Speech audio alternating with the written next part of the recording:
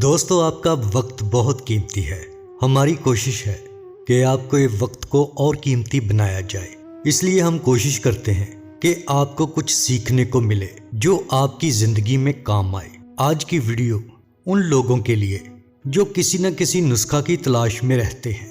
آج پھر وہ نوجوان طبیب کے پاس گیا اور عرض کی، حضرت، ہماری زندگی میں ایسے بہت سے موقع آتے ہیں کہ جب ہم اپنی بیماری کے متعلق پریشان ہوتے ہیں۔ بعض اوقات جب کسی بیماری سے شفا نہیں ملتی تو کسی کا بتایا گیا یا کسی کتاب سے پڑھا گیا کوئی نسخہ یا ٹوٹکا ہماری طبیعت کو اس طرف مائل کرتا ہے کہ اسے بنا کر فائدہ حاصل کیا جائے۔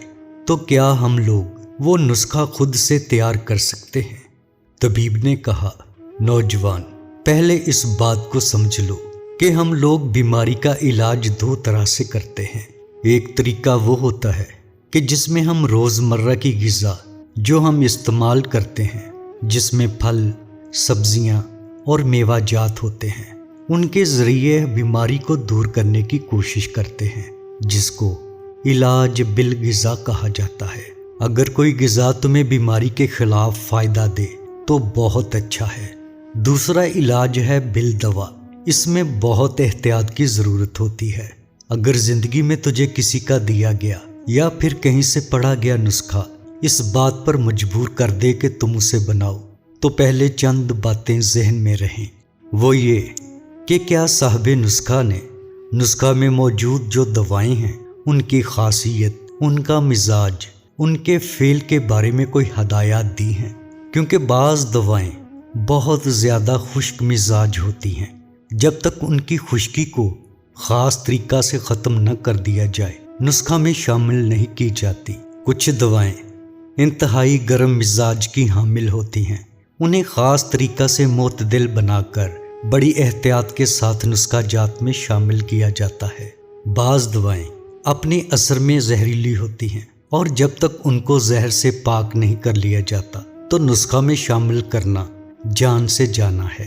کچھ دواؤں کو ثابت حالت میں ہی نسخہ میں شامل کیا جاتا ہے، اگر ان کو کوٹ لیا جائے تو وہ صحت کے لیے مضر ہو جاتی ہیں۔ بالفرض اگر یہ تمام ہدایات موجود بھی ہوں تو سوال یہ ہے کہ کیا تم خود کو اس بات کا اہل سمجھتے ہو کہ نسخہ کو عین اسی ترکیب کے مطابق تیار کر لو گے؟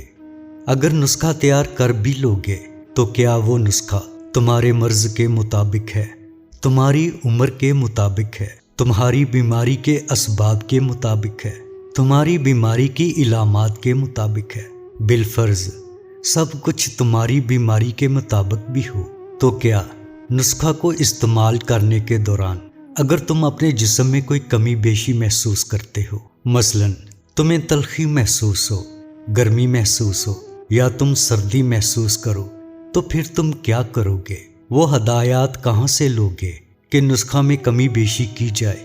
اگر کوئی دوا کم کرنی ہے، کسی دوا کی مقدار کو بڑھانا ہے، کسی دوا کا نعم البدل شامل کرنا ہے، تو تم کیا کرو گے؟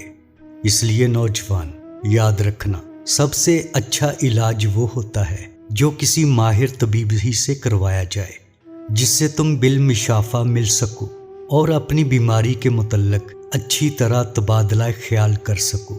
طبیب تمہاری عمر، بیماری کی مدت، بیماری کی شدت، بیماری کا دورانیہ دیکھ کر علاج کر سکے، دوران علاج تمہارا رابطہ مسلسل طبیب کے ساتھ رہ سکے، وہ ہر پل بدلتی صورتحال کے مطابق نسخہ میں دوا کی مقدار میں کمی بیشی کر سکے۔ کتابوں میں درج نسخہ جات اطباء اور حکماں کے اپنے تجربات اور مشاہدات ہوتے ہیں جو ان کے مطب کا معمول ہوتے ہیں۔ ان کے پاس جو بھی مریض آتے وہ ان کو ان کے مرض کے مطابق دوا تجویز فرماتے۔ اس لیے تم دیکھو گے کہ ایک ہی مرض میں کچھ دواؤں کی کمی بیشی کے ساتھ مختلف نسخہ جات ہوں گے جو انہوں نے استعمال کروائے، اور جن نسخہ جات سے شفا ملی انہیں کتابوں میں درج کروا دیا۔ ان نسخہ جات کی افادیت، انہیں کیسے استعمال کرنا ہے، ان میں سے کون سی دوا ہے جو قابل اصلاح ہے، وہ صرف ماہر طبیب ہی جانتے ہیں۔ اے نوجوان،